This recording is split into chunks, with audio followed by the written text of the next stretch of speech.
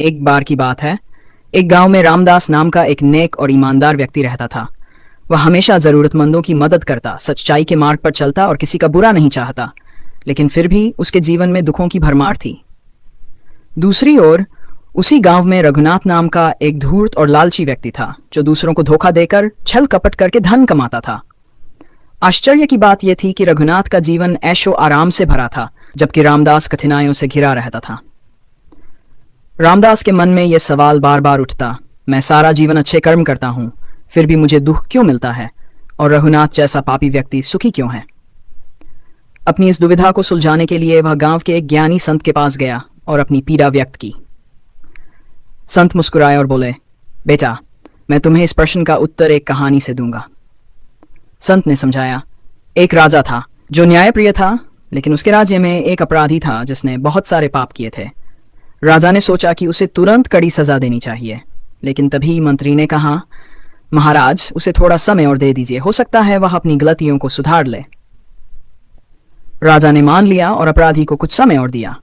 दूसरी ओर एक सैनिक था जिसने हमेशा ईमानदारी से राजधर्म निभाया। एक दिन युद्ध में वह घायल हो गया और उसकी मृत्यु हो गई। लोग सोचने लगे कि जिसने जीवन भर सेवा की उसे मृत्यु मिली, और जो अपराधी था उसे समय मिल गया। लेकिन राजा जानता था कि सैनिक ने अपने कर्मों का फल पा लिया और अपराधी को अपने कर्मों का फल भविष्य में मिलेगा। संत ने आगे कहा, रामदास, यह संसार एक कर्म भूमि है।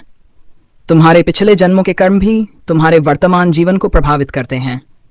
अच्छे लोगों को कभी कभी अपने पिछले जन्म के कर्मों का फल भुगतना पड़ता है, जबकि बुरे लोग अपने अच्छे कर्मों का बचा हुआ फल भोग रहे होते हैं।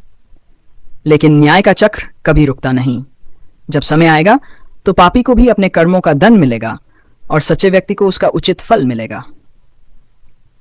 रामदास को अब समझ आ गया कि ईश्वर का न्याय तुरंत नहीं होता, लेकिन अवश्य होता है। उसने धैर्य रखा और अपने कर्मों में विश्वास बनाए रखा।